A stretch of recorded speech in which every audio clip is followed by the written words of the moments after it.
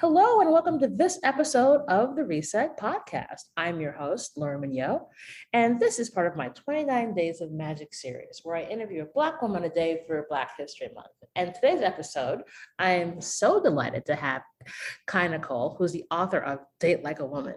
We had a great conversation. Take a listen. Hey, Kai. Hey, how are you? Oh, just interviewing people for Black History Month, the usual. Thank you for inviting me. I feel really, really special to get invited on your show. I've been trying to get here for a while. I know. Scheduling is special. So we'll dive right in. So the first question is always the same. I'm always delighted by the answers, and I'm sure yours will be no different. So Kai, what was your first job?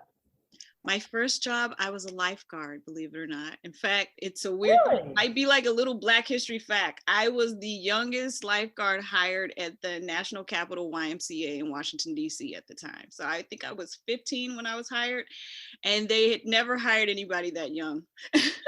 Wow. And why were you like an Olympic swimmer? Like, why did they? Well, I think if I had had the opportunity, I probably would have been in the Olympics, but I was a really fast swimmer. I was on the swim team. I was on the Tacoma Park Recreation Center swim team, and I did win second place citywide when I was 14, something like that. Oh, so I was a very strong swimmer. So yeah, my first job, I was a lifeguard. Wow. That's a new one. I mean, I'm 200 and some odd episodes in, and you were the first lifeguard I've ever had on the show. It'll make it more interesting. My father was a lifeguard in Atlantic City. He grew up in Atlantic City, and he was a lifeguard when he was a young man, teenager too. So I don't know. I'm like generational lifeguards. He ended up becoming a physician. What are the odds for 2 generations of Black lifeguards on the East Coast? Yeah, in California, like that. There's got to be a story behind that one. Yeah, especially in Atlantic City. I don't know if you've heard of Chicken Bone Beach. Someone actually wrote a book about it. So my dad, was raised in Atlantic City. So he was a lifeguard at Chicken Bone Beach. So there's a whole history behind it. But yes, I was a lifeguard. That was my first job. Wow. That's awesome. See, that's why I said I love doing this, because I'm always delighted by the stories I get to capture as part of this. So, okay, you go from being the youngest lifeguard to the author of Date Like a Woman. What was that career journey like?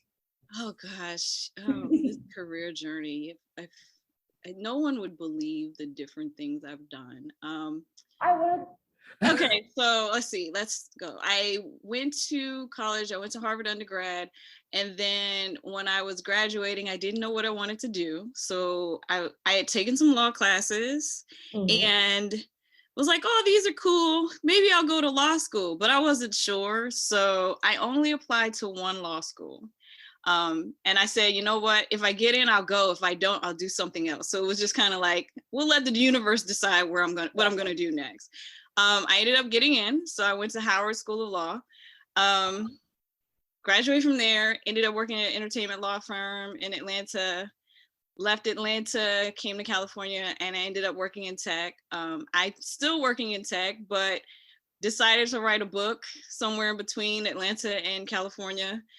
And the reason why I decided to write a book is that I was just on Twitter, and you read the tweets and social media posts about dating, and I'm like, man, people got dating just all messed up. This is crazy. And I tweeted out, maybe I should write a book about dating. And somebody actually answered and said, yes, you should. And I was like, yeah, I will. And that's how I ended up writing Date Like a Woman. Like that's the real story. Oh, wow. Okay. So I need to know, how do I date like a woman? Oh gosh. Apparently I'm not doing it right. Well, there's so many things that influence dating. So there's the, societal expectations of women, and that actually, I think, harms women in their dating life. I think that women really struggle with dating because of how we're expected to be when, out dating in the world of like love and relationships. And so a lot of the stuff that we're taught we're supposed to want or supposed to do kind of harms women in the long run and makes it very frustrating. And my book kind of takes that, points it out, helps you navigate around the sexism that is involved in dating, and points out that you can have a great dating life. Like, the goal isn't to get married or to have a relationship, but to enjoy your dating life, period. And so far, women really like my book. They write me, they tell me how much it's helped them, and tell me how much it opened their eyes to the things that they thought were the right way to go, but really was kind of pushing them into like stressful relationships. And so I'm glad I wrote it, but it's been a journey. And it also opened up the world of all the crazy stuff that is out there, like the femininity schools. And then, I don't know if my friend Tracy told you, because that's how we met, but I don't know if she told you that I exposed the cult by giving the victims of the cult my website as a platform to tell their stories. So it's whoa, back up. Yeah, it's been a crazy few years. Listen. How does one expose a cult? So, social media.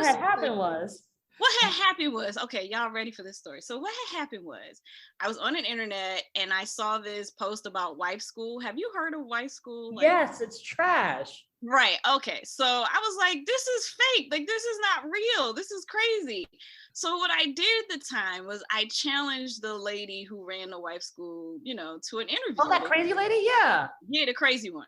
So what ended up happening is, of course, she ignored me, but because she ignored me, I made a post that said, if you're a victim of the wife school, because people you kind of get hints and stuff around, like something bad is happening, but I didn't have anything concrete. So I put on my website, if you're a victim of wife school, you want to tell your story. And I asked all these questions, and it was a form people could fill out. And next thing you know, people were filling out these forms. And then we realized that how bad it was. So I was posting these interviews from these people, from these women, and they're telling their stories, and they're all on my website. There's like years worth of interviews on my website. So if you want to go to datelikeawoman.com, go /blog, there are plenty of stories about the wife school cult on there. But that ended up giving her victims a platform to tell their stories. And it pretty much, like, at this point, wife school is pretty much defunct, but it was just a crazy ride, because I was like, how did I get here again? Like, what happened? Like, how did this become like the thing? And what has come from exposing the wife school is that suddenly people started emailing me I still get a lot of emails from the different people who are taking advantage. And I have to say, Black women are being victimized in multiple ways, but one of the ways is making Black women feel like they're less than because they're not married, and then profiting off of that insecurity by creating these schools or these courses or these coaches to help them with their femininity or help them get a high value man. It's just like there's a whole industry that is built around making Black women feel bad about themselves and then taking their money. So because of that, I have gotten, I don't know, there's been several teachers, quote unquote teachers, that have been exposed through my website, and they keep coming, and the new one pops up every year, and it just keeps going. But I mean, this is a thing now. What? Yeah, it's totally okay. So these poor women were getting fleeced. Yeah, thousands of dollars, not just a little bit of money, thousands. So that they could supposedly be in a better place to so they could get married or have a husband or something. It did, to this day, they have not really shown these wonderful husbands that supposedly the wife school prepares you for. And it's not just that wife school, it's there's a bunch of them out there. They all use the same thing. Let's make Black women feel bad about themselves so we can take their money. It's crazy. Oh my God. Yeah, girls, you got to go to the website. It's so much on there. I've been doing this for years now. I think we exposed the wife school cult in 2018, and it's still a thing. Like, she's still trying to scam. It's just now. I mean, I remember seeing that stuff on the internet, being like, there's no way anyone falls with it. And you're right, but it's actually a really larger thing about how Black women are just made to feel less than. Yes. and they can be taken advantage of in so many disgusting ways. I mean, right. And nobody cares. See, like nobody cares. Like the that's reason really why episode. I actually went ahead and started posting these stories is because no one is thinking about how Black women are being victimized financially, because this is what they're making. They're making money off of us. And making us feel bad for not being married, which is not a bad thing. I have to keep saying that over and over. Some people don't want to get married, and that's okay. And that's one of the society pressures that a lot of women feel, like, oh, I'm not married, something must be wrong with me. And it's Right. like, no, you might not want to get married, and that's okay. That might be who you are. And if you want to get married, that's okay too. But making women feel like they have to be a certain thing is really what influences our dating lives. And when you let go of those, pressures and just become yourself, then you're free to really enjoy your dating life. And that was why I wrote my book. But then all of this other stuff came out of that. So it was just it's been a wild ride. Well, I mean, look, it is so hard out there being a Black woman, and that's part of the reason why I decided to do this series, because I was like, you know what, every day there's a Black woman out there doing something really great, and our existence is an act of resistance. Yes. I mean, even where, like I said, I work in tech, I still work in tech. I am the only Black woman at my company. One of my goals to do is to change that. But people don't know that every day we're overcoming really challenging circumstances and have no idea. Like, we are thriving and doing amazing things, and no one really sees that because we're doing it, and we don't run out and show everybody, hey, look at us, we're doing this.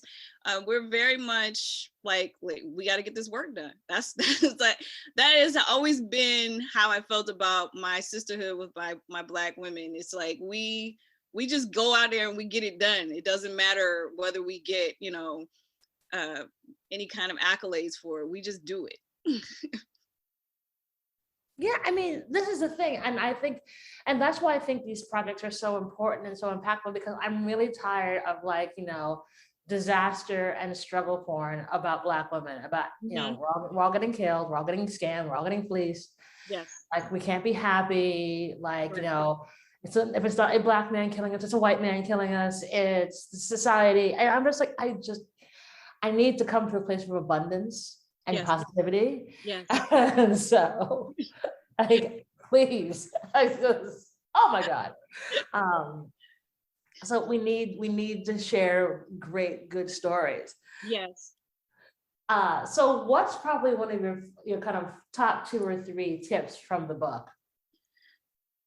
Well, always be yourself. You just be you. Like I noticed, so I wrote the book first and then the craziness happened. What I noticed is that in my book, I'm like, you can only be your best you. That's all you need to be. If you're your best you, then you will attract all sorts of people to you. The other thing I is in my book is, if you're not happy, adding a person into your life is not going to make you happy. You gotta get to your place of happiness first. Like, it has to be a priority. You have to take care of yourself, and you have to be your best self, and you have to be happy. If you really want to enjoy life, you need to be happy about that. And let me see, what's the third one? Oh, and I say this in my book, you're going to have feast or famine. Like, one day you'll have all sorts of men coming at you, and then, a couple weeks later it might be a little dry. And that's normal. I don't think people realize that that's kind of a normal ebb and flow of dating. And a lot of people pointed that out in the book, like, oh, I never thought about it, but you're right. People show up one day and then the next day it's kind of quiet. And I wrote my book before the pandemic. And so I don't know what pandemic dating is like right now. I have no awful. It's awful. So I don't really know, because I'm no longer dating, but I need to maybe do some updates, because it's got to be different now, because we're not going out as much. One of the things I always talk about in my book is men who approach you out in public are always going to be the better date than anything online or in the internet where they just sent you a DM or something like that. I'm trying to get women to avoid those, but every time I say that out loud, people get very upset at me. Yeah, it's just weird. I mean, listen, pandemic dating has been my own personal life. You have Like, to tell me about like I need to talk to some more people about what is going on with the pandemic dating. people are Like, out of their minds. Dudes are out of their minds. I mean, okay, if they were flaky before, they're even more flaky now. uh-huh. And also, I think I've changed in what I will and will not put up with anymore. Mm-hmm. Like I'm not about, I've hit past the stage of like, well, I can see potential. No, I'm now over 40. You're like, I want So you to have your stuff together. I don't have time. I don't have time. I want to have kids, and I don't have time for this foolishness no more. Like no, no, no, no, no, no, no, no. And also, I think you you also realize what you're going to, the kind of life you want to have, and Mm-hmm. like what you want out of your life. And if you've gotten to this point, and you've got a moderate level of success, like you don't want to go backwards. Right.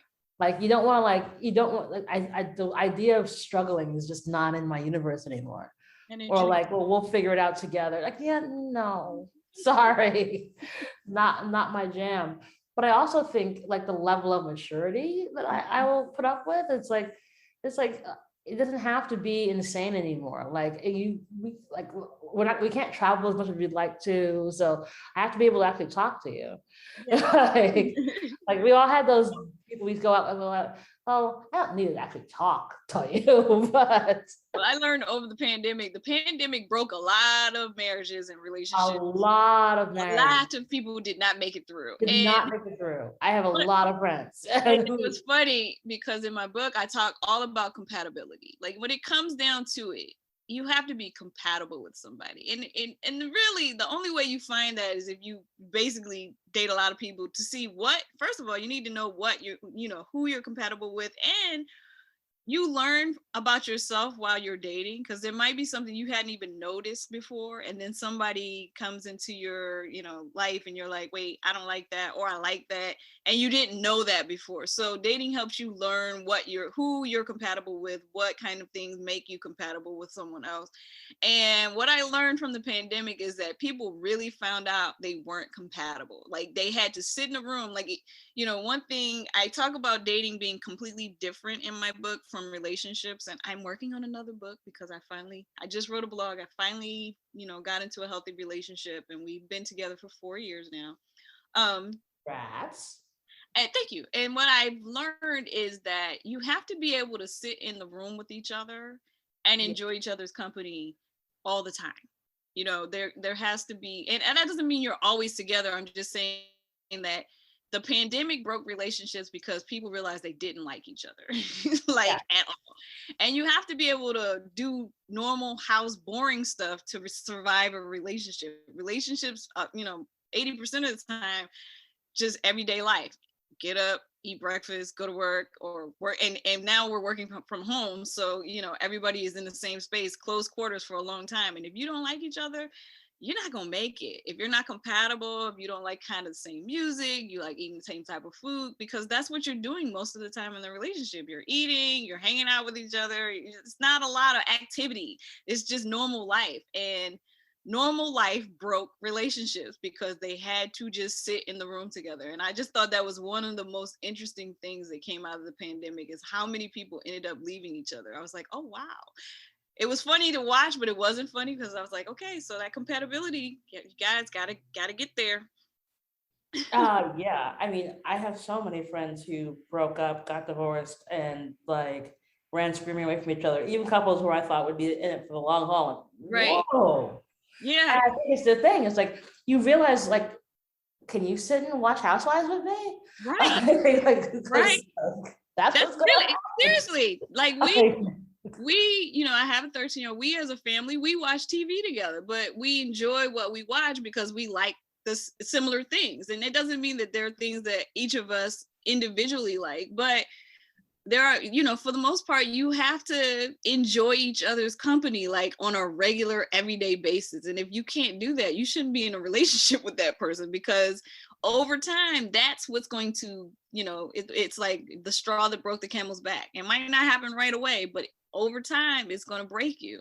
And a lot of people just ignore that. They're like, oh, I really like this person, even though they don't like the same things I like. Well, what are you going to talk about? What are you going to do? People don't really consider that, I think, because we have a romanticized idea of relationships and dating. They really do. It's like, it's the prince and the princess, and it's all gonna be all this awesome. Like, no, can you tolerate sitting next to somebody watching, I don't know, every Marvel movie on Disney Plus Right. and ordering in 3 meals a day because you're trapped inside? Right. And if you can't do that, or can you just go on walks together? But I think the biggest thing is, can you actually talk to that person about anything? And Right. and it will not just be you're just kind of looking at each other like, oh, because Right. I've run out of things to say. Right. It's so important that you are able to talk to the person, share with the person, be yourself with that person. Like if you can't fully be yourself, if you're constantly, and I always say everybody has a representative when they first start dating. That's your representative. But when the representative goes away, can you fully be yourself in front of this person? Because if you can't, then that's a red flag. And I need every woman to pay attention to the red flags. That's another thing I talk about in my book. Like, don't ignore them. So if you can't fully be yourself around this person, maybe that's not the person you want to keep going along in life with. Just maybe, it's not the person you want to hang with. Right. Even though you might like the way they look or like their job or, whatever. But no, you don't want to be stuck with that person in a pandemic. I think the pandemic has changed all single people, but single women especially, because it's like now that if you're in it for the long haul, now you know what you have to deal with. And I think that's really what happened. Like people realize life is too short. So you have to be around people you really enjoy being around. Yeah, I think that's the thing. We've lived through a pandemic. So Yeah. if you're going to spend your time with somebody, it better be worth your time. Yes. And otherwise, you're like, not so much. I don't want to do that. So, looking back on what you've been up to for the last few years, what do you think you'd tell 21-year-old Kai? Ooh, 21-year-old Kai. What would I tell 21-year-old Kai? You have so much potential, and don't let anyone make you believe otherwise, because I definitely went through some things because I didn't have the confidence to believe in myself back then. So that's what I would tell myself. I like it. I think that's a very good one, and a great bit of advice. And now that you're obviously you're inundated with all these insane dating stories, because I'm sure Yes. once people realize that you are the person who has this, they're like, hey, Kai, what about this? What about this? What about this? So to turn off that foolishness, what do you do for your self-care? So my self-care, I'm all about, first of all, I do enjoy my yoga, and I have created a little sanctuary in my garage because I used to go to my gym, but then the pandemic killed that. So I do yoga. And my other thing is my two things: food. I love good food. Same. If there's money to be splurged, it is splurge on something delicious. And that's like my comfort thing. I want to eat really well. So I'm always looking for the next delicious item that I might eat. And then my last thing is scents. I am so into the aromatherapy. I have the humidifier with the scented oils, and I also do my pillow mist. I don't know if you guys have pillow mist, but get you some pillow mist. It's so lovely to fall asleep in lavender. It's just beautiful. Oh, is that when you like the little spray? It's a little spray, and it's for your pillow. So you spray it at night before you go to sleep. You spray your pillow. It's called pillow mist. And it's called pillow mist. And it's just like, you lay down and it's just like, oh, it smells so good. So I'm just like, those things relax me. I feel like those are my self-care things, like eating well and then smelling lovely scents. Like I love my house to smell, it just depends on my mood. I have a whole thing of oils, and I choose depending on my mood, but that's my thing. Like those are things that relax me. Oh, nice. So are you a sweet or a savory person when it comes to food?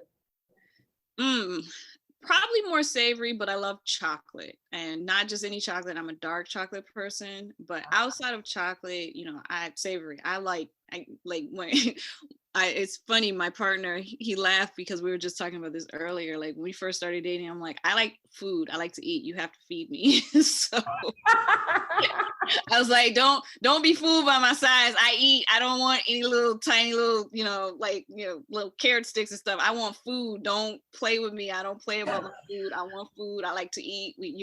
And lucky for me, he loves to cook, so it worked out.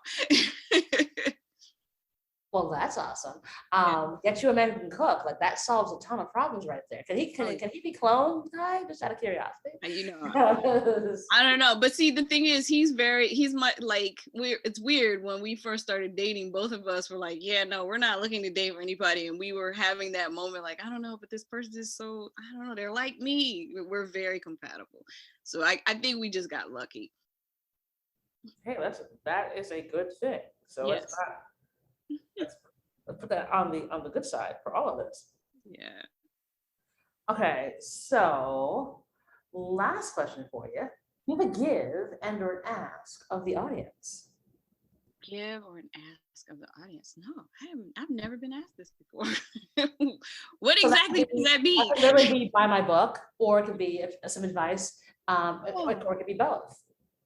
I mean, I invite anyone who wants to change their dating or their thoughts around dating, especially if you're a woman, please read my book. Like, I would be so happy that you read my book. But I'll see if I wanted to give. I could give. If one of your listeners wants a book, I will send one of your listeners a book. I'd be happy to do that. I'm always Cool. happy to give away books to people. All you have to do is ask. I appreciate when people buy them, but pandemic, hard times. If somebody's out there that really wants it, I would be happy to send them. Awesome. Cool. What I'll do is, if anyone would like a copy of the book, shoot me a DM and I will happily ship it to you. Yeah, that would work. Make it easy peasy. Well, Kai, it's been such a delight having you on the show. It was totally worth the wait to get you on and chat about the book and what you're up to and just share your awesome story. Thank you so very much. We'll put all the details in the show notes so folks can buy the book. Yes. And connect with you and read about like the cults that you uncovered. It's been a wild ride. It's been wild. I'm like, again, every day I'm like, how did I get here again? But you're like, what? I didn't do that. But then here you go. We all have our own callings. Awesome. Well, thank you so much, Kai, for joining us on the show today. Thank you so much, Laura, for inviting me. I had a great time, and we should do this again. And you got to come out to California and hang out. I would love to hang out with you because I feel like we would have an awesome time. Oh, we'd be drinking and we'd be eating because I like to drink. Oh no, one of my friends, you probably know her. She's out here. She's in the same circle as Tracy. She's coming over today, and we're cooking. And she's vegan, so Marcus is making vegan food, so it's very exciting. I don't think she knows that though. But yeah. Oh, go ahead. You will come out and we will have good food. That's what we do. You had me at good food. So awesome. And that is our show.